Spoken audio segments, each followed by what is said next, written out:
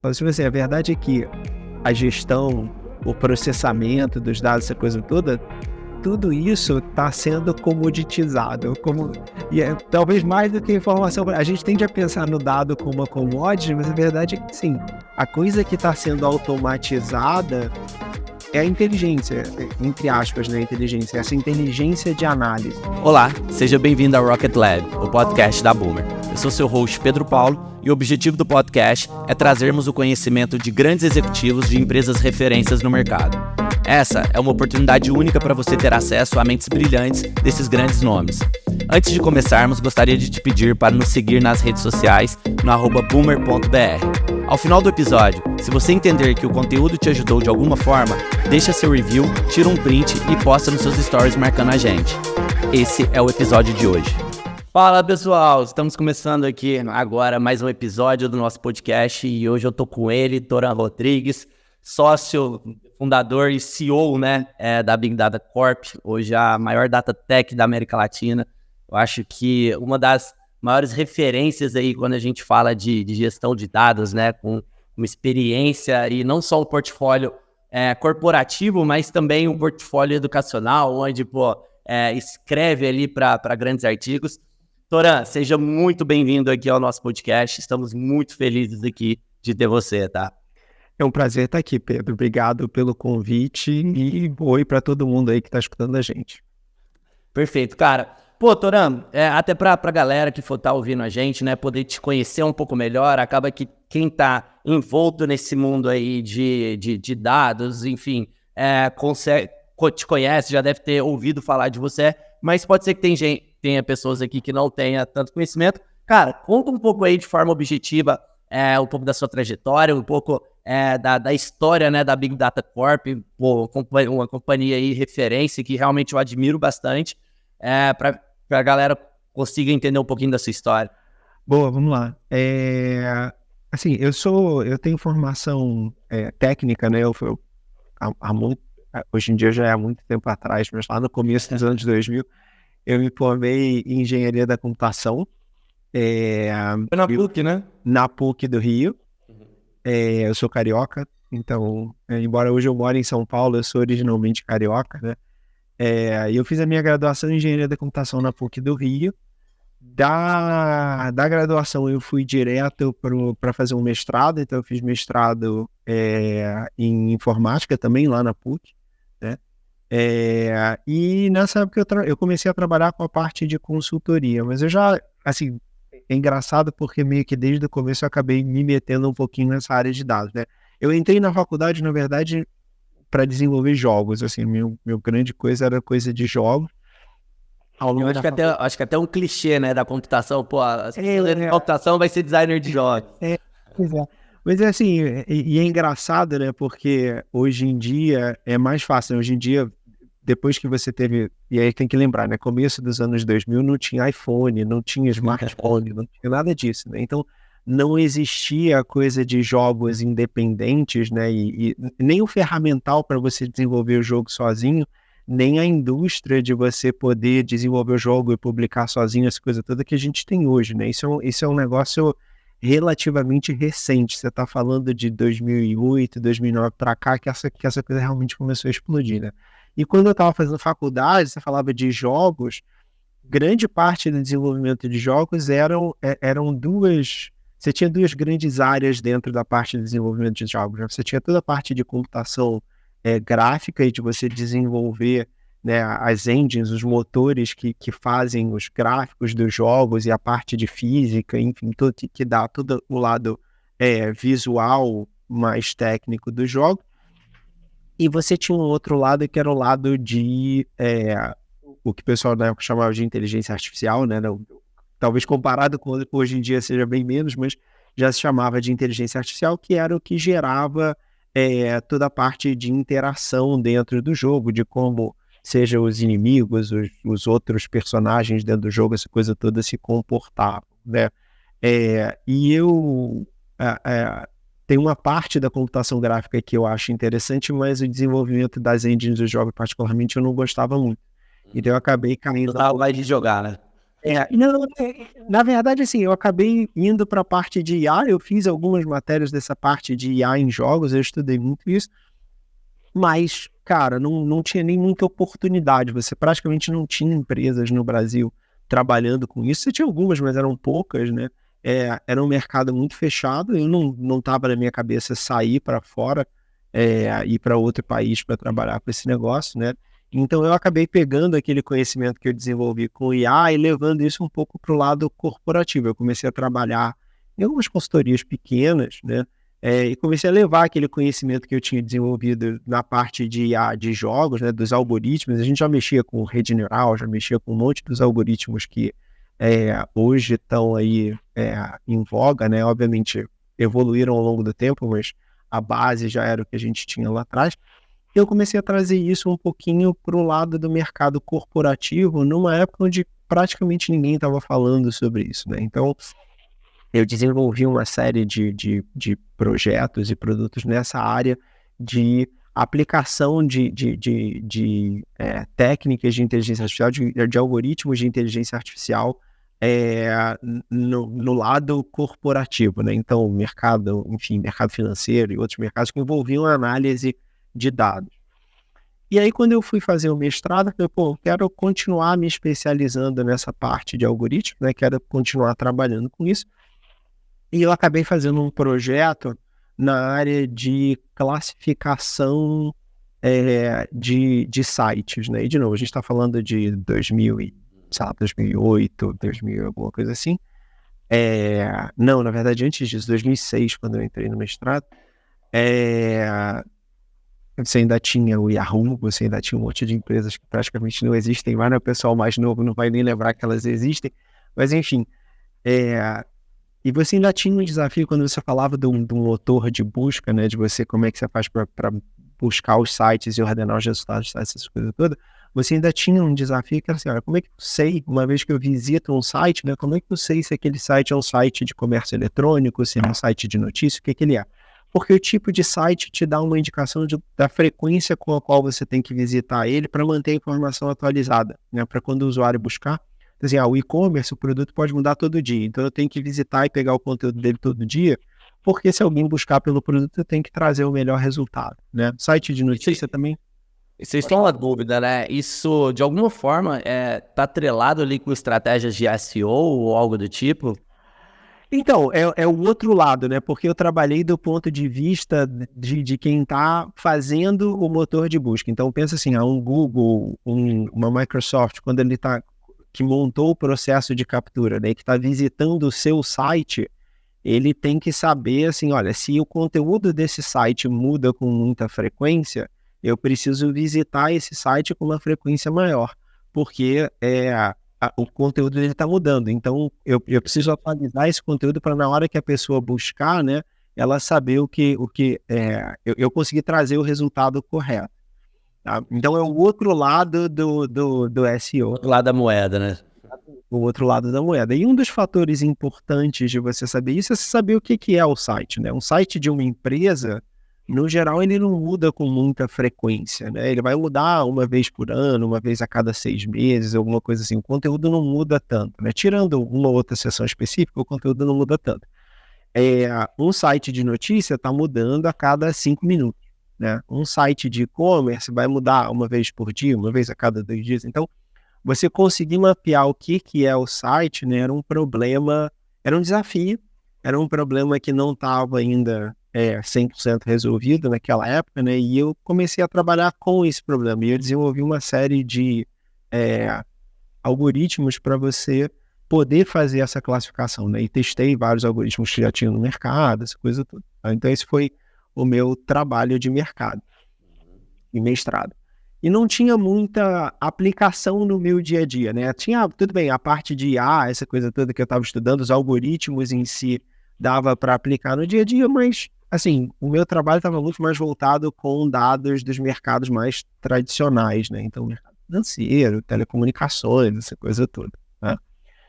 E isso, mais ou menos aí, 2008, foi quando eu terminei o mestrado. E em 2011... eu saí da empresa que eu estava trabalhando, fui trabalhar em outro lugar, fui trabalhando numa empresa da área de e-commerce, né? E ao longo desse trabalho eu comecei a conversar com pessoas desse mercado de comércio eletrônico, e uma das perguntas que eu sempre fazia para as pessoas, assim, cara, porque todo mundo, se você, e de novo, a gente está falando lá de 2011, 2012, né? Então 10, 11, 12 anos atrás, você perguntava assim, cara, todo mundo falava, eu sou a maior plataforma de e-commerce, eu sou o maior meio de pagamentos da internet, todo mundo era o maior. Eu perguntava, tudo bem, você é o maior, mas qual é o tamanho do mercado, né? E uma coisa que era muito engraçada, todo mundo conhecia muito sobre o consumidor online, então todo mundo sabia quem estava comprando, porque você já tinha Ebit, você já tinha uma série de empresas que faziam esse rastreio do consumidor, mas quando você falava assim, putz, quantas lojas tem no Brasil, né? Quantas lojas de e-commerce tem no Brasil? Ninguém sabia responder essa pergunta. Assim, de 50 lojas a 2 milhões de lojas, eu escutei todas as respostas no meio do caminho, né? Eu fiquei com aquilo na cabeça, falei, cara, puta, tem uma falta de informação no mercado, né? E, assim, eu já trabalhei com isso, eu já trabalhei montando esses processos de captura, já tenho os algoritmos para saber classificar o que é um site de e-commerce, não é, etc. Pô, de repente dá para construir alguma coisa. Quando eu saí, final de 2012, né, eu saí da empresa que eu estava trabalhando, eu falei, pô, acho que agora é a hora de eu tentar fazer alguma coisa por conta própria, eu tentar investir aqui e fazer meu próprio negócio. Tem essa pergunta, né, de quantos sites de e-commerce existem no Brasil, as pessoas não sabem. Essa foi a pergunta motivante, então, para que de fato você desse. Essa foi a ideia. A ideia foi mais ou menos assim, tô saindo, quero fazer alguma coisa, acho que tem uma oportunidade aí dentro, né? Juntei com um amigo, falei, puta, vamos montar aqui, vamos montar um processo, vamos estruturar um negócio, vamos montar alguma coisa que responda essa pergunta, né? A gente ficou um tempo fazendo a parte de desenvolvimento e de rodar o processo propriamente dito, né, para poder capturar os sites do Brasil, ter uma massa crítica de sites do Brasil que a gente tivesse capturado e que a gente pudesse trazer e falar, olha, realmente são X milhões de sites no total e tantos são de e-commerce, essa coisa toda. Montamos o relatório, né? E aí a gente montou a empresa, montamos os primeiros relatórios e aí fomos para a rua vender. Beleza, então vamos vender, vamos tentar vender para as pessoas essa informação que elas não têm, né? E aproveitei muitos contatos que eu tinha feito na época que eu estava dentro desse mercado para conversar com os caras. E aí a gente se deparou com o primeiro desafio, que eu acho que todo mundo que está montando uma empresa, todo mundo está começando um negócio esbarra, é que assim, nem sempre o que você acha que vai fazer, as pessoas estão dispostas a pagar por isso, né? O famoso product market fit, né? O fit entre o seu produto e o mercado, né? O que você quer vender e o que o mercado quer comprar. E no nosso caso foi muito engraçado, porque assim, as informações eram muito legais, então todo mundo achava a informação o máximo, tipo, a gente conseguia espaço na imprensa, divulgando essa coisa toda. Mas quando você chegava pro cara e falava assim, bom, beleza, e aí, vamos comprar? Não tenho orçamento para comprar, eu não vou comprar. Então assim, todo mundo achava o número muito legal, mas ninguém comprava. E a gente ficou nesse giro, né, de, porra, não é possível, eu tô aqui com as informações e ninguém compra as informações, e ninguém compra as informações, e ninguém compra, batendo cabeça, né, meio que dando um murro em ponta de faca, né? Até que, e aí isso já tinha talvez uns 6 meses, 7 meses de empresa, alguma coisa assim. Vocês levaram algo em torno, então, de 6 meses para poder levantar essa base? Isso era uma pergunta que eu queria fazer, né? Pô, a gente tá falando de 2000 e... A gente tá falando de 2013. 2013, né? A gente levou uns 3 meses para fazer a parte, na verdade um pouquinho mais, porque eu saí do outro lugar onde eu estava mais ou menos em outubro, novembro de 2012. Então foi esse final de 2012, mas a gente montou efetivamente a empresa em 2013. Então, 2013, uns 5 meses no total para fazer a parte de desenvolvimento de processo, fazer as primeiras capturas, trazer o go-to-market, né? Estruturar. 3 meses para ter alguma coisa que a gente pudesse apresentar. E aí depois a gente ficou mais uns, 4, 5 meses fazendo o famoso go-to-market, né? E aí tem 2 pontos que eu sempre gosto de ressaltar, né? O primeiro é assim, quando você está montando negócio, especialmente na área na área de tecnologia, eu acho que assim, uma das coisas que a gente fez foi, cara, uma coisa é o que a gente quer fazer, outra coisa é pagar a conta para manter a parada aberta, né? Então a gente foi pegando coisas para fazer que não faziam o menor sentido com o que a gente queria fazer. Mas tinha boleto para pagar no final do mês, né? Tem boleto para pagar no final do mês, né? Então assim, ó, vamos fazer aqui o que dá enquanto a gente persegue esse sonho, né? E aí a gente foi montando os produtos, não sei o que, foi montando, né, o produto que a gente imaginou no relatório e, puta, não vendia. É só ficar desesperado. Aí lá pelas tantas eu consegui uma reunião com o pessoal do PayPal, que acabou virando nosso primeiro cliente. Eu brinco que é o primeiro cliente de verdade, foi o primeiro cliente que realmente meio que comprou o que a gente queria fazer, né? Apresentei os relatórios e tudo mais, o pessoal falou, cara, sensacional, vocês são a primeira empresa que traz pra gente aqui uma visão completa do nosso mercado, né? Não dos consumidores, mas das lojas, do potencial de quantas lojas a gente pode atingir, essa coisa toda. Agora, a gente não vai pagar por relatório, não. Aí já tava assim com a cabeça. Todo aquele relatório que foi montado. Exatamente, tudo que foi montado, isso aí é muito legal, isso aí a gente não vai pagar, não. Agora, se você já está visitando os sites de comércio eletrônico todos, né? Você já visitou todos eles, você já sabe quem eles são, você não pega também lá no final do site, no rodapé do site, o telefone e o e-mail de contato daquele site e você passa pra gente. Isso aí eu vou colocar no meu processo comercial, eu vou pagar como se eu estivesse comprando o lead, né? É o famoso a compra de lead, né? E eu vou botar no meu processo comercial lá, eles tinham processos de televendas, alguma coisa assim, né? Para ofertar o serviço, e a gente vai botar para rodar. E aí e aí foi aquela coisa, né? Foi o nosso primeiro contrato de fato, né? Tentando dentro do escopo que a gente se propôs a fazer. E foi a primeira pivotada que a gente deu em termos de direcionamento da empresa. Assim, olha, legal, vender relatório, puta, é muito difícil, né? Ninguém quer comprar o relatório.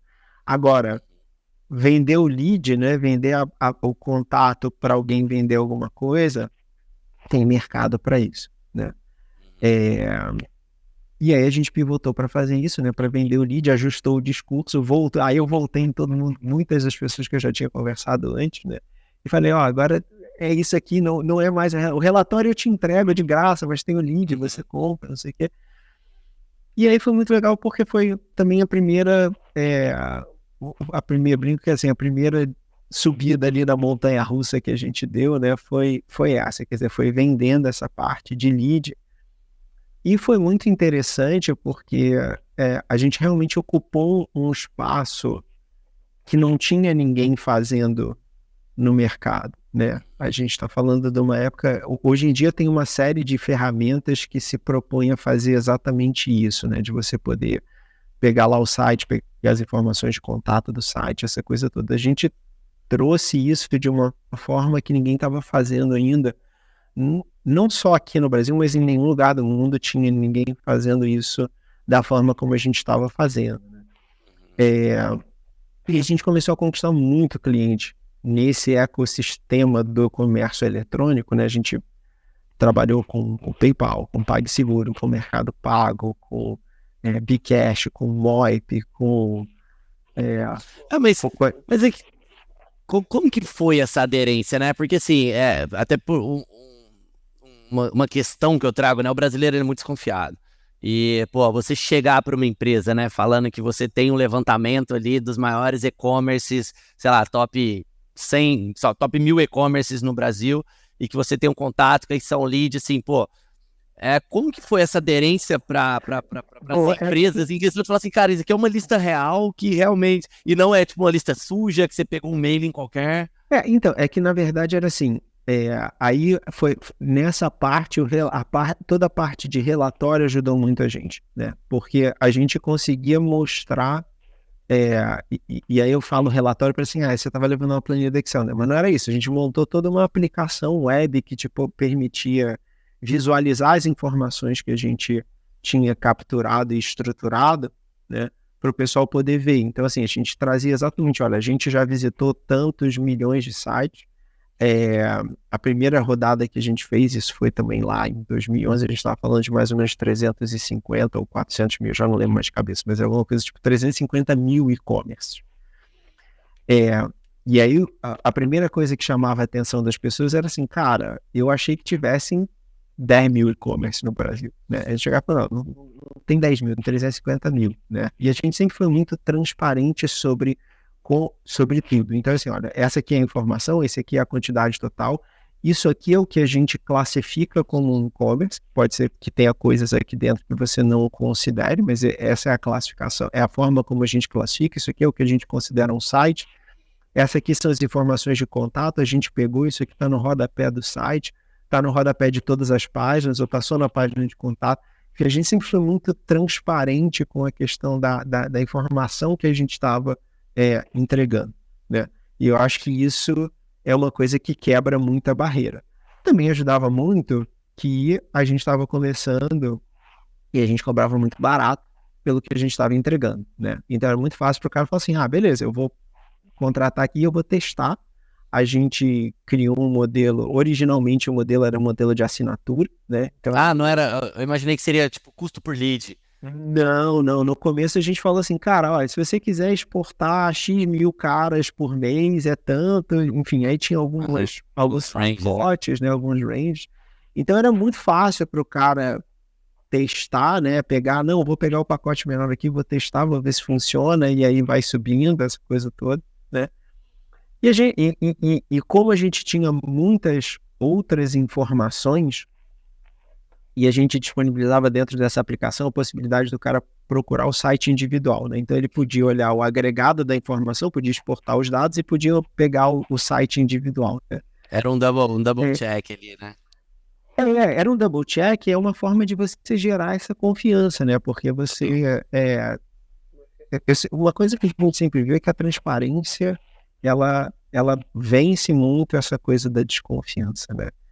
A tendência do pessoal, dentro do universo de tecnologia como um todo, né, a tendência é você fazer o hand waving, né, vou fazer aqui num passe de mágica, nada numa mão, nada numa outra, na outra tá aqui o resultado, né, e eu não posso te contar como eu fiz, porque esse é o meu segredo de estado. E na verdade a gente sempre partiu do princípio meio que ao contrário, assim, não, olha, eu vou contar para você como eu fiz, eu vou contar como eu faço, eu vou ser aberto sobre como eu faço, né? A própria parte de arquitetura dos processos de captura que a gente foi montando dessa coisa toda, a gente apresentou, escreveu case junto com a pessoa da Amazon Web Services, é o nosso principal fornecedor de infraestrutura, né?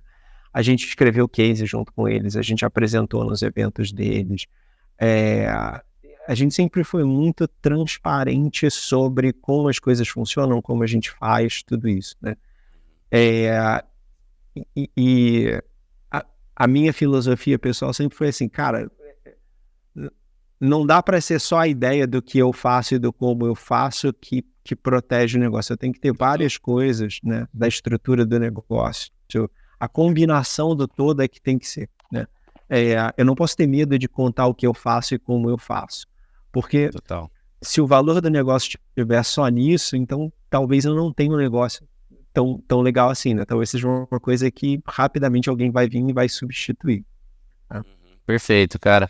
E aqui quando a gente fala, né, de dados e nessa história que eu vejo aí na Big Data e hoje vocês serem ali a maior data tech da América Latina, eu vejo aqui muito para a realidade nossa aqui como empresa também, né? A gente prega muito essa ciência dos dados, né? Então, é o famoso contra dados e não argumentos, né? Então, quando a gente olha sobre uma ótica aqui de marketing, isso não foge muito do contexto também, o que, ali dentro de campanhas, o que é propagado do lado de cá, dentro de um gerenciador, são números, são dados que a gente acaba analisando e identificando ali estratégia de crescimento.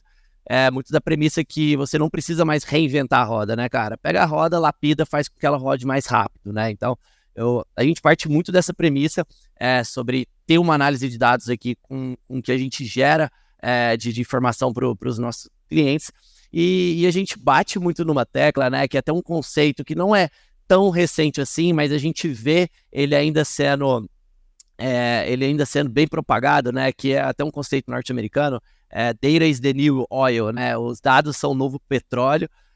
E eu queria saber sua opinião, cara, sobre isso, sobre essa frase, né, sobre um contexto onde vocês gerem dados não só ali a nível de marketing, mas a níveis empresariais, a níveis ali de fato terem relatórios mais robustos e densos de alguma ação em si. Uhum. Eu acho que tem um monte de coisas aí no meio, né? Mas vamos lá. Eu acho que quando o pessoal fala, né, do dado é o novo petróleo, né? Data is the new oil, né? Dado é o novo petróleo. Eu acho que, assim, por um lado, é uma frase muito interessante porque é uma forma de você simplificar um conceito de que, cara, olha, o dado ele tem um valor potencial, né? E eu acho que a ideia do petróleo, ela carrega, enquanto metáfora, né, ela permite a gente explorar diferentes facetas do próprio trabalho com a informação, né? Então você fala assim, o petróleo, legal, você tem o petróleo, mas o petróleo ele precisa ser refinado, né? Não adianta você só pegar o petróleo e jogar ele num barril, você precisa refinar ele, você precisa transformar ele em algum produto mais interessante, né? Você fala, putz, não, o petróleo precisa ser escavado, né, do poço, enfim, precisa ser quase que extraído, né? Você precisa de um processo de extração daquele petróleo do poço de petróleo, que às vezes está no fundo do mar, às vezes está num lugar mais acessível e assim por diante. Então, toda essa coisa do processo de extração, da coisa do refino, tudo isso eu acho que são metáforas super interessantes.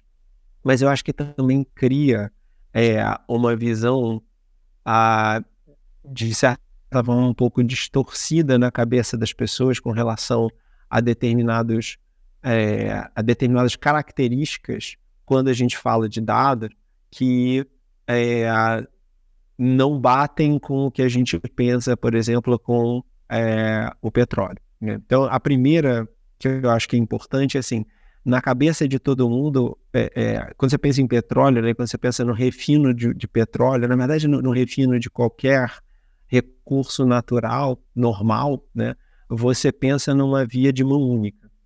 Então, o petróleo ele vai ser refinado, ele vai virar, sei lá, combustível, ele vai virar plástico, ele vai virar algum subproduto, algum derivado de petróleo, né? Mas ele não volta a ser petróleo de novo. E você refina ele uma vez, né? Então, aquele petróleo virou gasolina, ele não vai virar gasolina e outra coisa, né? E os dados não são isso, né? O dado, ele pode ser refinado infinitas vezes. O legal do digital, né? Esse é um conceito muito forte em software e as pessoas pensam um pouco nisso com dado, é que assim, o dado ele não tem uma aplicação só. A informação que você usa para uma determinada coisa, outra pessoa pode usar para uma outra coisa completamente diferente e vai gerar mais valor em cima. Então, o valor potencial daquele negócio é quase que infinito, né? A gente viveu isso no nosso dia a dia, né? A segunda transformação que a gente passou quando a gente olha para a empresa foi justamente quando a gente saiu da entrega da informação do lead ali para o apoio da venda e a gente passou a entregar informação para apoiar os processos de tomada de decisão de risco, né? Qual era a informação? Era a mesma informação. O cara queria saber assim, esse site, há quanto tempo ele existe, que produtos ele vende, que plataforma ele foi construído. É a mesma informação que a gente entregava para a campanha comercial. Só que o cara de análise de risco usava aquela informação para chegar num resultado diferente, para entender se era arriscado ou não era arriscado. Ele permitia, por exemplo, que o cara antecipasse uma venda, ou enfim, se ele podia aceitar o cara como cliente ou não. Então, essa capacidade da informação dela ser refinada várias vezes, né, de você poder aplicar ela nos mais diferentes lugares, ela é fundamental de você entender. Quando a gente fala de cultura de informação e de cultura de uso dos dados, né, você quebrar esse paradigma de que não, eu tenho um processo e o dado sai daqui, vai para lá e gera esse relatório, e essa é a única aplicação que ele tem, essa é a melhor forma de você perder valor. Porque, no geral, o valor agregado de cada refino que você faz da informação é relativamente pequeno. Então, a melhor forma de você realmente gerar valor de uma maneira exponencial em cima da informação é você ter infinitas aplicações em cima dela. Eu acho que você foi cirúrgico nesse ponto e até essa analogia, né, quando a gente traz os dados são novo petróleo, eu nunca tinha ouvido uma réplica dessa, né, que, pô, você não é uma via de mão dupla e, cara, faz total sentido quando a gente fala de dados e principalmente quando a gente leva isso a nível de negócio, né, a gente acredita muito aqui na filosofia que dados por si só, se eles não forem interpretados, eles não valem de nada, né? Então, é importante que os dados que são gerados, eles sejam interpretados para que vire informação. Então, a informação você consegue ter ali a nível de marketing, né? Você consegue ter ali uma usabilidade dela com uma maior eficiência do que simplesmente saber quem que é seu cohort, ou quem que é seu público-alvo, ou, sei lá, qual que é a sua taxa de conversão, né? O CTR, por exemplo, é taxa de visualização de anúncio. Você ter essa métrica, você ter esse dado, se você não consegue tomar uma ação, se você não tem to-dos ali, né, quanto a isso, ele fica leviando aquele dado, né? Então, quando a gente traz isso para uma esfera de negócio e, de fato, você conseguir ter processo de gestão de dados, né? Eu acho que aí a gente muda um pouco o ponteiro, né, do jogo. E até sobre o seu ponto de vista, sobre sua ótica, né? Quando a gente associa gestão de dados a processos, né? O que você identifica sendo a intersecção entre essas duas atmosferas, voltadas para negócio, obviamente? Então, eu acho que você tem um ponto que é fundamental também do dado, e aí, de novo, voltando na metáfora do petróleo e, enfim, commodities como um todo, essa coisa toda, né? Se você pensar numa commodity tradicional, o próprio petróleo, o que é refinado, o valor está no produto que é gerado com ele, né? Então, assim, eu refinei o petróleo e gerei a gasolina tem um valor, né? O plástico tem um valor, sei lá, qualquer coisa assim. No caso da informação, o valor está na aplicação, né? Quer dizer, o valor não está no processamento em si. O valor está assim, no que você vai usar aquela informação, né? E para tocar num ponto que está na moda e a gente tem que falar, né? Vamos falar um pouquinho de inteligência artificial aqui. Há 10 anos atrás, quando eu estava começando essa coisa da empresa, na verdade até um pouquinho antes, que foi tipo 2012, alguma coisa assim, eu estava conversando com um jornalista, e ele falou, cara, eu tô pensando em fazer um curso de ciência de dados, de machine learning, que é Big Data, na época era curso de Big Data, né? Hoje em dia era bem tá mais na moda. Né, exatamente. Hoje em dia não tá mais na moda essa palavra, mas enfim. E aí eu lembro, até hoje eu repeti isso várias vezes por dia, assim, eu falei, gente, eu acho o seguinte, não adianta você se especializar no ferramental do trabalho com os dados, né? E eu acho que quando a gente fala de gestão, de processo, essa coisa toda, existe uma confusão muito grande com ferramenta, né? Uma preocupação muito grande das pessoas com a ferramenta. Assim, você usa o banco o banco B, o banco C, o banco de dados, você não usa banco de dados, você usa o modelo relacional, não relacional, a ferramenta ABCDE, o modelo XYZ, essa coisa toda, né? E uma coisa que eu sempre defendi, que eu falei com as pessoas, você precisa entender de dados de uma forma mais geral. O que são dados, né? O que são as características dos dados? O que dá para fazer? Quais são os conceitos básicos quando você olha para a estatística, né? Quais são os conceitos básicos que você precisa saber para olhar para um conjunto de dados e entender eles, né? Quais são as diferentes características, diferentes tipos de informação? Se você entender esse conceitual por baixo e você conseguir pensar em possíveis aplicações para aquela informação, a ferramenta ela vai ser consequência. E mais do que isso, a tendência que a gente tem na humanidade é a automação de ferramentas, né? E hoje em dia a gente está vendo exatamente isso, né? Quer dizer, os modelos de inteligência artificial, quando a gente fala de, não só do ChatGPT, mas, enfim, das aplicações específicas dessa IA generativa na parte de produção de código, até de análise de dados, né? Você tem ferramentas que são capazes de automaticamente fazer uma análise que talvez há 2, 3 anos atrás você precisaria de 1, 2, 3 programadores para conseguir fazer a análise daquela informação, né? Então, as pessoas às vezes ficam boladas quando eu falo assim, a verdade é que a gestão, o processamento dos dados, essa coisa toda, tudo isso está sendo comoditizado, talvez mais do que informação. A gente tende a pensar no dado como uma commodity, mas a verdade é que sim, a coisa que está sendo automatizada é a inteligência, entre aspas, né, inteligência, essa inteligência de análise.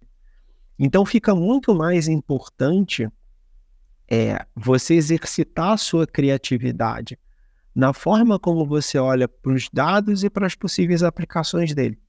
Porque o meio do caminho, que é a gestão, que é o processo, a coisa toda, de você sair do dado e chegar na aplicação dele, a tendência é que seja automatizado. Não que você não precise entender, você precisa entender, né? Você precisa entender dos conceitos básicos de informação, você precisa entender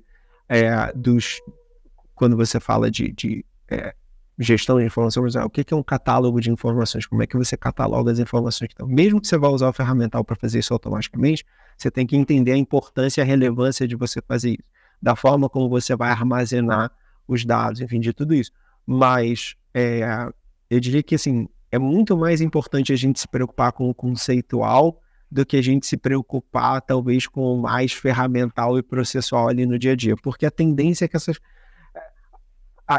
que as coisas sejam automatizadas, né? Então, o cruel é que a gente vive no mundo de hoje e não no mundo de daqui a 10 anos. Então, exato. A gente tem que montar essas ferramentas todas. Mas... isso até levanta uma discussão, cara, que ia ser fantástico pegar sua opinião sobre isso, né?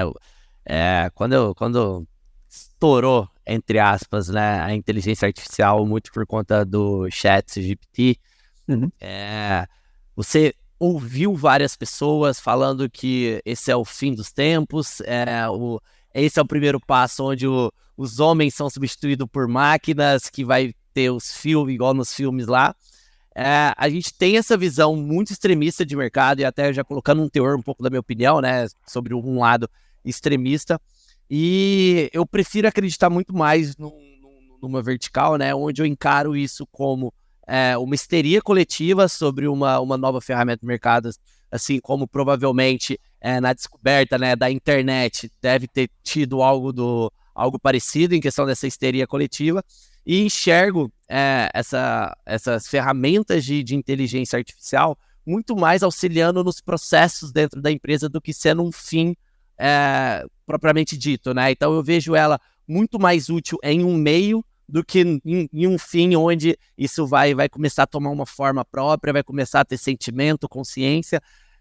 Cara, me fala um pouco sobre o que você acredita, se é histeria coletiva ou se realmente a gente está indo para um caminho desse.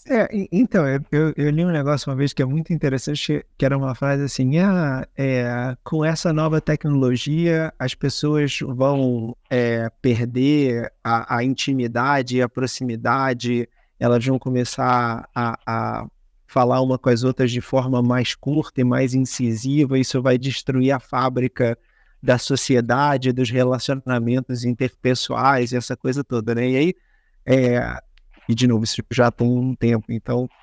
e aí o cara fala assim, do que você acha que isso está falando? Né? Tipo, a parte de smartphone, de mensagem de texto, de mídia social? Não, é um discurso publicado na virada do século XX, então 1900 e pouquinho, falando sobre o telégrafo, né? Então as preocupações da humanidade com as novas tecnologias, elas se repetem, né? Tem uma frase famosa que eu gosto muito, que assim, que a história ela não se repete, mas ela rima. Né? A gente vive esses ciclos e a gente escuta as mesmas coisas. Essa sequência de rimas, né? Essa sequência de rimas. E eu acho que, de novo, a gente tem reações com relação à parte de inteligência artificial que rimam com muitas das preocupações que a gente ouviu sobre novas tecnologias no passado, né? Assim, algumas pessoas vão ser automatizadas e vão perder o emprego por causa disso?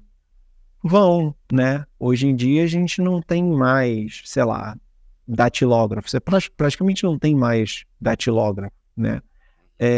Hoje em dia você não tem mais pessoas que são um trabalho que existia há muito tempo atrás, que era o data entry, né? Que é o quê? Você recebe um formulário em papel e faz a digitação do formulário em papel para dentro do computador. Esse trabalho praticamente desapareceu, né? Ah, eu lembro quando eu estava ainda no colégio, estava falando sobre carreira, e aí alguém falou de você fazer a carreira de biblioteconomia, né? Que é você aprender as coisas de classificação. Cara, mas quantas bibliotecas tem hoje? Essa é uma profissão que está desaparecendo. Não que o conhecimento que tem ali não seja relevante, porque eu conheço um monte de gente que fez esse curso de biblioteconomia e que hoje tem trabalhado apoiando o desenvolvimento de inteligência artificial, porque são pessoas que entendem da parte de classificação de linguagem, de estruturação desse conteúdo escrito, pensam sobre isso de uma forma que a gente normalmente não pensa. Mas enquanto profissão de você trabalhar na biblioteca e organizar os acervos, praticamente desapareceu, né? Então, essa evolução, ela é natural e ela é saudável, porque novos empregos, novos trabalhos vão surgindo em função dessa evolução tecnológica, né? E aí tem uma frase em particular do Scott Galloway, que ele é um professor famoso, enfim, quem não conhece, vale a pena procurar. Ele publica uma série de textos, ele hoje tem muito... A newsletter dele é fantástica. Cara. Ele tem a newsletter e ele tem o podcast. Eu particularmente gosto muito do podcast, que é o Prof. G, e ele participa de alguns outros. E ele recentemente falou assim, quem vai roubar o seu emprego não é a inteligência artificial, é alguém que sabe usar a inteligência artificial. Né? Então, assim, alguém que use aquilo como uma ferramenta, porque no final toda a tecnologia é uma ferramenta, né? Alguém que use aquela ferramenta e que saiba usar e que tenha desenvoltura de usar essa ferramenta, é quem vai desenvolver a nova empresa, a nova coisa, quem vai ocupar o espaço que está se abrindo. Não que não tenha implicações sociais, tem um monte de coisa que a gente tem que pensar, tem um monte de riscos, né? Mas a verdade é que, assim, é mais uma ferramenta, né? Teve até lá, não foi nenhuma petição, né? Que grandes líderes de tecnologia assinaram uma carta para frear o crescimento da propagação da inteligência por 6 meses. Mas isso aí é aquela coisa, né? É assim, eu tô aqui, eu tô numa corrida, eu tô no carro de corrida, eu tô 3 voltas na frente de todo mundo, e aí os meus concorrentes que estão 3 voltas atrás assinam uma carta falando assim, não, agora tem que parar a corrida até a gente chegar do lado, né? Tem que esperar as 3 voltas. Eu também levei muito pra esse lado, cara. Não, pode falar. Não, mas é muito mais, quando a gente começa a falar, né, assim, a gente começou do um papo de dados ali, passamos por uma questão agora que é um hype, né, no meu ponto de vista, que é a inteligência artificial, e quando a gente coloca isso tudo dentro de uma caixinha, a gente não pode deixar de esbarrar na tão falada LGPD, né, então, pô, até onde isso de fato é prejudicial a quem está dentro dessa rede, dessa coleta de dados, né? E aí, no meu ponto de vista, cara, eu vejo até hoje uma discrepância muito grande, talvez até um mau entendimento, e eu falo isso porque eu já ouvi você falar isso no podcast que você fez com a Amazon, e eu achei animal, né? Sobre a diferença entre privacidade e proteção de dados, né? Então, eu acho que às vezes as pessoas, elas entendem errado e acabam julgando uma coisa que pode ser benéfica para ela, né? Até no exemplo, e aí, por favor, traga um pouco mais estruturado esse exemplo, mas aquele exemplo que você traz sobre, de fato, os benefícios que os dados têm, quando a gente olha antigamente, o exemplo que você dá de abrir uma conta no banco e preencher formulários de 15 folhas lá. Então, eu tenho uma posição que é uma posição um pouco controversa, porque e eu até já tive essa discussão num outro podcast que eu participei, que é sobre essa questão de privacidade, né? Eu particularmente acredito que a gente não devia ter, assim, o conceito de privacidade que a gente tem, ele é embasado por preocupações que não tem nada a ver com a privacidade, né? Então a gente fala assim, eu não quero que ninguém saiba qual é o meu salário. Eu não quero que ninguém saiba qual é o meu salário porque as pessoas vão ter inveja, porque eu vou correr o risco de ser assaltado, porque alguém vai me sequestrar na rua. Esse não é um problema de privacidade, é um problema de segurança pública, né? Eu não quero que ninguém saiba o meu salário porque eu não quero que ninguém saiba que eu estou desviando dinheiro e guardando dinheiro na minha conta na Suíça. É um outro tipo de problema de segurança pública. Então, assim, muito do que a gente acaba tendo como medo com relação à privacidade, e você até tem alguns pontos que são legítimos, mas assim, na grande maioria das situações são problemas de ordem social e cultural que acabam sendo jogados atrás de uma camada de privacidade. Assim, eu não quero que ninguém saiba nada sobre mim. Por que eu não quero que ninguém saiba nada sobre mim? Qual que é a causa raiz disso, né? Qual é que é a causa raiz disso? E a verdade é que a gente esconde tudo isso atrás da privacidade, né? E muitas vezes esquece dos benefícios que a transparência traz para a gente.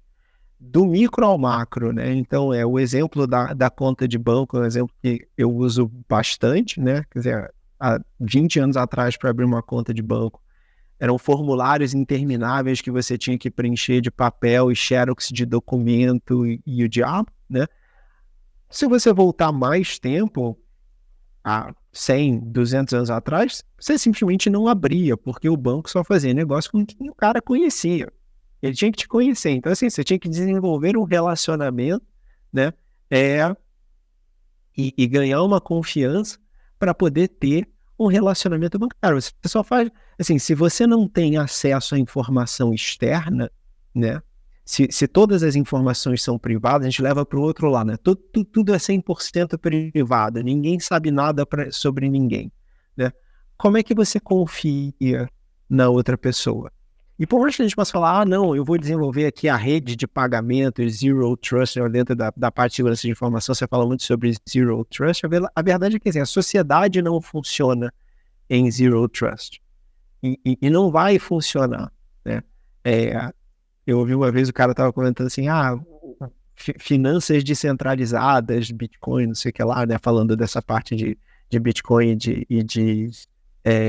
do blockchain como um todo, né? Falando assim, não, porque finanças descentralizadas, a gente passou 1.500 anos centralizando o sistema financeiro para trazer confiança e aí você vai descentralizar tudo. Não é assim que funciona. Perde sentido, né? Perde o sentido. Mas assim, a verdade é que se você vai para um esquema de privacidade total, o nível de confiança cai, né? Você perde a sua capacidade de confiar nos outros. E aí você vai fazer negócio com quem você conhece. E isso é ruim para todos os lados, porque você diminui o volume de negócio. Então, no micro, a falta de transparência, a falta de informação, ela aumenta a burocracia, ela engessa processos, ela dificulta o seu acesso a diferentes produtos e serviços e tudo isso, né? Agora, mesmo se a gente olhar para o macro, tem uma série de estudos que mostram que a transparência, a disponibilidade de informações num nível macroeconômico social, leva a menores índices de corrupção, a maior desenvolvimento econômico, assim por diante, né? E se a gente olha para países que mergulham, enfim, em regimes autocráticos, essa coisa toda, uma das primeiras coisas que é feita é você acabar com as estatísticas oficiais. Então você começa a distorcer as estatísticas oficiais ou acaba com os órgãos oficiais que disseminam informação, né? Porque o interesse de todo mundo que quer fazer bobagem é que você não tenha visibilidade das coisas. Então eu particularmente sigo um princípio de que, cara, tudo devia ser público. E todo mundo deveria ter acesso a essas informações e a capacidade de trabalhar com elas. A gente deveria ter não só o acesso, a gente deveria não só ter a lei de acesso à informação, como a gente tem aqui no Brasil, nem tem numa série de outros países, mas a gente devia ter a lei de ferramentas de acesso à informação, né? De ter o ferramental para poder trabalhar com essas informações de uma forma estruturada, porque isso é bom para a sociedade como um todo, né? E ter o acesso e ter a informação pública né? Ou você eliminar essa coisa essa obsessão que as pessoas têm com a privacidade, com esconder as coisas, não tem nada a ver com proteção, né? Proteção é outra coisa. Você pode proteger os dados, você pode tornar muita coisa pública e manter os níveis de proteção. Você pode ter o registro de quem está acessando o que, aonde, o que está sendo feito com aquela informação, né? Então, a confusão que acontece muitas vezes é assim, o pessoal fala, eu quero ter privacidade, né? Na verdade, assim, não é que eu quero ter privacidade, é que eu quero que os meus dados sejam protegidos, eu quero saber quem está fazendo o que com a minha informação. Eu não estou preocupado com a informação ser escondida, eu não quero que ela seja escondida. Não é que eu quero que ninguém saiba. O que eu quero é que eu saiba quem está usando, né? E existem formas de você estruturar isso. E são conceitos diferentes, né? E, na verdade, quando você pensa em LGPD, GDPR e boa parte das legislações relacionadas com a parte de dados, elas são de proteção de dados. E a privacidade. Então, a LGPD não fala assim, suas informações são privadas e ninguém pode olhar para elas, né? A GDPR não fala, suas informações são privadas e ninguém pode olhar para elas, né? O que ela estabelece são critérios de proteção da informação e exatamente procuram garantir o que eu estava falando, a informação para quem é o dono daquela informação, né? Daquele dado, do que está sendo feito com aquela informação, que são coisas bastante diferentes. Exato, cara, até assassinando aí toda esse conceito e teoria que você trouxe aí sobre esse tema, mas arrastando isso para o ditado popular, é o famoso quem não deve não teme, né? Então, pô, se de fato você não está exposto ali, não está tendo nenhum problema, pô, por quê, né? Não. É que assim, a discussão é sempre assim, da outra vez que eu estava discutindo isso, o pessoal falando, não, porque se você for, sei lá, para um país como a China, o governo tem acesso a todas as informações dos cidadãos, então a privacidade não existe e aí está no seu conceito, só que, pô, é levado para um lado que é totalmente autocrático e o governo controla, essa coisa toda. O problema é que, assim, se você vai para um modelo de transparência total, a transparência total ela vale para todos os lados.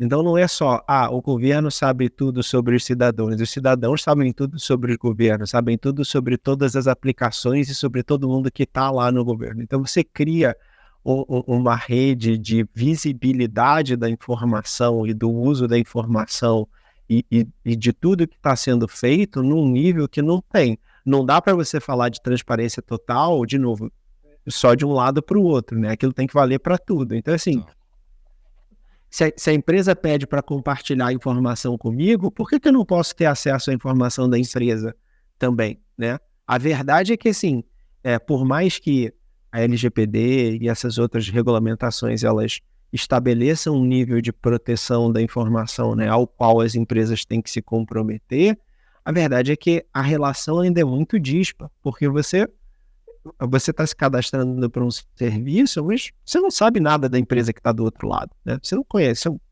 que ela é, como é que ela faz, né? Qual é o retorno que ela tem em cima da informação que eu estou entregando para ela, quem são as pessoas que estão por trás daquele negócio. A gente não tem essa visibilidade, e no mundo ideal a gente teria, né? Perfeito, cara. Pô, eu acho que a gente consegue ter uma visibilidade e até clareando um pouco mais, né, sobre essa questão entre privacidade e proteção de dados, né, para que de fato a gente consiga entender que o caminho onde ali, de certa forma, o traqueamento desses dados, ele pode ser benéfico ali para o consumidor na ponta, né, de fato. Com certeza.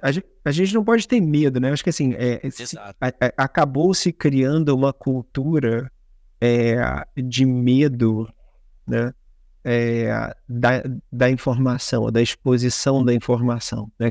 Ninguém pode saber a minha informação, que se souber né? Vão roubar minha conta, vão fazer uma compra no meu nome, vão, enfim, etc. Vai começar a pedir Pix pros meus amigos. E de novo, é assim, essa visão distorcida, né, da proteção, ela é muito ruim, porque ela cria esse sentimento de medo que leva para o lado que, ninguém pode ver nada, ninguém pode saber quem eu sou e ninguém pode ver nada sobre mim. Beleza, assim, se você quer viver numa situação dessa, joga seu telefone no lixo, corta todos os seus cartões de crédito, vai morar. Não, depois não vou dizer nem na fazenda, numa ilha remota, onde não tenha sinal de nada, não chega eletricidade, não chega nada, né? Porque é isso, assim, você quer receber eletricidade na sua casa? A empresa que gera energia elétrica tem que poder fazer o cadastro para cobrar a conta depois. Você vai gerar a sua própria energia? Tudo bem, mas assim, você não vai fazer mais nada, você vai fazer tudo do zero, né? Aí tem a frase famosa do Carl Sagan, né? Você quer cozinhar um bolo do zero, você tem que primeiro criar o universo. Você vai fazer isso, né? Legal. Pô, Toran, show. Cara, me conta agora um pouco fora das telas, né? Pô, quem que é o Toran? CPF, não CNPJ, o que você curte fazer? Pô, me conta um pouco sobre isso. Cara, não sei, é uma boa pergunta. A minha... Seu hobby. Não, assim, na verdade eu tenho alguns hobbies, enfim, alguns, talvez mais interesses até do que... Não sei se eu deveria, porque não dá pra falar que eu tenho mais interesses que eu deveria, mas com certeza eu tenho mais interesses do que eu tenho tempo para exercitar todos eles, né? Mas assim, eu tenho... eu sempre gostei desde criança, né? Eu entrei na faculdade para isso, mas eu sempre gostei da parte de videogame. Sempre fui um jogador, e até uns 3, 4 anos atrás eu era um jogador assíduo, né? Mas há 4 anos atrás, Mas a nível de competir, algo tipo... Não, na época não tinha muito isso, né? Acho que o primeiro jogo que teve de competição assim mais séria, tipo Counter-Strike, essas coisas assim. E isso a gente tá falando de Lan House. Pois é, né? Sei lá, Battlefield 1 e 2, essas coisas assim lá atrás. Warcraft 1 e 2, né? Command & Conquer 2. Tô entregando a minha idade aqui, né? Mas... Não, assim, eu gostava muito de jogar, mas assim, nunca cheguei a jogar de forma competitiva, mas sempre fui muito assíduo, assim, tanto de jogo de PC, de videogame, joguei aí de tudo, e de tudo mesmo, né, de simulação, de real-time strategy, de RPG, essas coisas todas. Eu tenho uma filha de 4 anos, então há 4 anos que eu não tenho muito tempo para jogar nada. O tempo livre, né? o tempo livre. Cara, você não tem mais hobby, seu hobby é seu filho. Não, assim, não que não dê para fazer, dá para fazer muita coisa, né? Mas o videogame particularmente, com 4 anos a criança não consegue engajar junto com você, né? E aí para você fazer uma coisa que só você faz, né? Aí fica meio fazer igual naqueles vídeos lá que desconecta o controle da criança, né? E vai jogar. Não, mas aí, né? Mas enfim, essa parte de jogos eu sempre gostei muito, né? E aí quando dá um tempo, hoje em dia eu acabei migrando mais para os jogos do celular, porque é onde eventualmente dá tempo de jogar alguma coisa. Eu gosto de correr, então eu corro, já fiz algumas maratonas, essa coisa toda. É o meu exercício e é uma distração, é uma meditação, é tudo ao mesmo tempo, né? Eu particularmente gosto muito de correr. Inclusive, acabei de fazer agora a Maratona do Rio de 23, né? Caraca. Tem... Mira o Iron ou não? Cara, então, quando eu era bem mais novo, eu fiz triatlon, essa coisa toda. Mas assim... A corrida é um negócio que dá para você treinar no máximo 2 horas por dia e beleza, dá para você fazer as provas, dá para você fazer tudo, né? A parte de triatlon, para você fazer as provas de Ironman, você tem que treinar 2, 3, 4 horas por dia, você tem que separar metade de um dia inteiro, e a verdade é que eu não tenho mais tempo para isso. Quando eu ainda estava na faculdade, quando ainda não tinha nenhum compromisso, dava para fazer, era mais tranquilo. Hoje em dia, eu nem sei se eu quero ter essa dedicação de tempo todo, entendeu? Então a corrida acaba sendo mais fácil. E a preparação acaba sendo bastante rigorosa, né? Eu tenho alguns amigos meus que eles treinam pro Iron, né? Eles competem e literalmente é uma abdicação, né? Tanto é uma coisa muito legal que as esposas, né, dos competidores, elas recebem um troféu também, porque, cara, é uma doação, né? Que o competidor tá tendo ali, de abdicando de vários lazeres, de várias coisas que gosta, em prol de conseguir, nem assim, quando a gente fala de ter o melhor ranqueamento, a gente tá falando de outro nível, né? Mas, cara, de terminar a prova ali e conseguir entregar. Não, eu me contento com a Maratona do Rio. Tem um negócio que eles chamam do desafio Cidade Maravilhosa, que você corre a meia maratona no sábado e a maratona no domingo. Então eu faço esse que já é um desafio, já é uma superação, e eu também com ele, e dá para encaixar dentro da rotina e fazer junto com as outras coisas. Perfeito. Eu gosto de correr, eu sempre gostei, continuo até hoje lendo muito, né? Eu leio muita coisa. Inclusive até era já caminhando aí pro fim, era uma outra pergunta que eu queria fazer. Cara, pô, de praxe, né? Eu acho que vale aí se a gente conseguir, de alguma forma, abstrair 2% aí da sua cabeça do que você já estudou, do que você já viu aí, já tá valendo demais, cara. E, cara, queria que você indicasse um livro, um documentário, putz, o que você achar que é relevante. E uma outra pergunta, né? Que, cara, a gente tá criando, né, uma estrutura de comunidade aqui com esses episódios. E, cara, se você pudesse indicar alguém para estar aqui que você acharia que seria legal, quem que seria essa pessoa? Fala aí. Beleza. A indicação eu te passo depois, eu passo algum nome para você. Acho que tem bastante gente legal aí que dá para indicar. Cara, livro é um negócio engraçado, né? Porque eu nunca fui muito. Não que eu não leio, eu até leio, mas eu sempre. A parte de não ficção, né, que o pessoal chama, eu sempre fui mais de ler livros de ficção do que livros de não ficção. Eu acho que assim,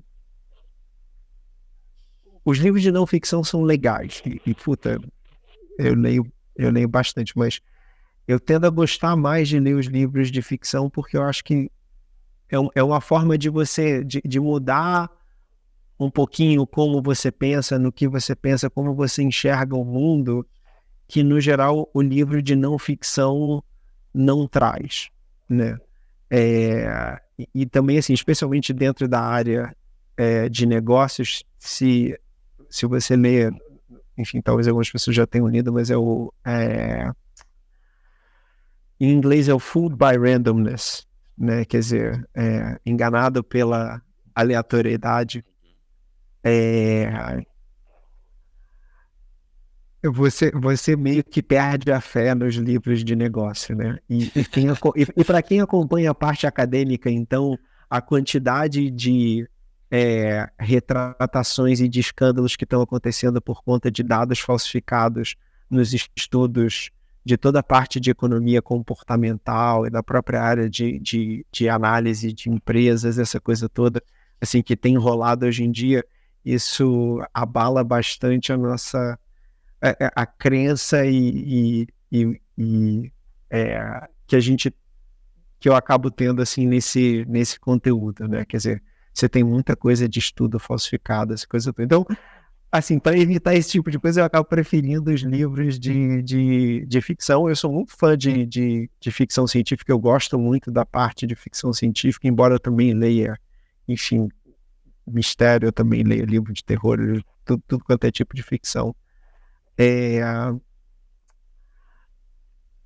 Tem uma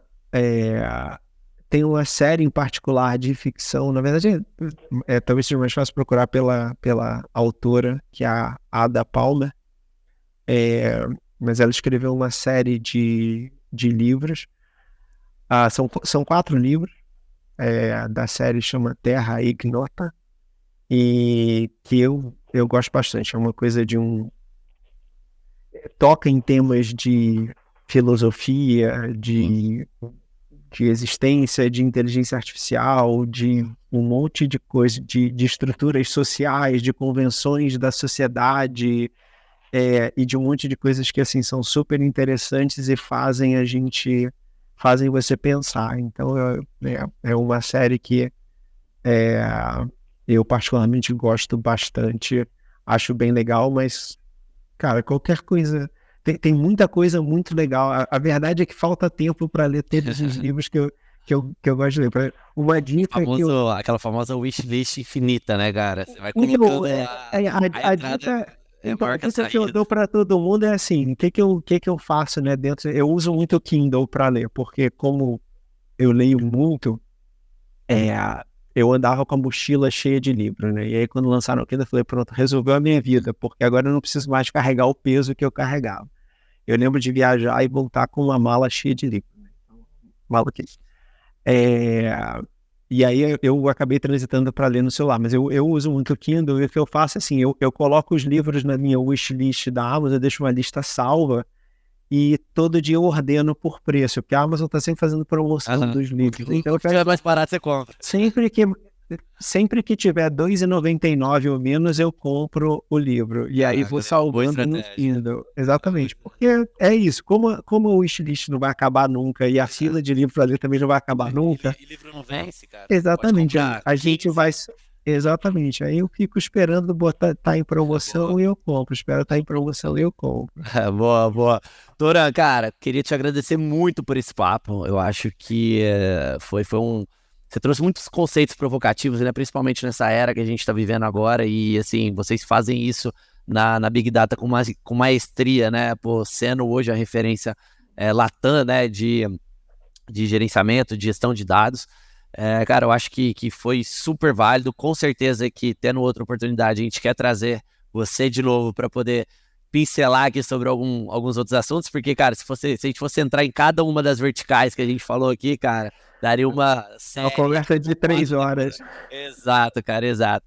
Queria te agradecer pelo tempo aí, cara, e é isso. Pô, legal. Obrigado mesmo. Foi um prazer, assim, o papo foi muito legal. Espero que quem tá escutando tenha curtido aí. Quem quiser falar comigo, tipo, encontrar... O meu nome, eu brinco pra todo mundo, é Toran Rodrigues no mundo inteiro, só tem um, que sou eu. Então, assim, pro bem ou pro mal que você achar na internet sou eu, mas brincadeiras à parte, dá pra me encontrar no LinkedIn. Talvez um dos canais mais fáceis de me encontrar seja por lá. Se eu só buscar Toran Rodrigues, você vai me achar, pode conectar, me mandar mensagem. Eu às vezes demora um pouquinho, mas eu sempre respondo. Tá? E quem quiser conhecer mais da empresa, bigdatacorp.com.br, para ver lá o trabalho que a gente está fazendo, ter as novidades, enfim, saber tudo do que a gente faz. Perfeito. Valeu, prazer. Valeu.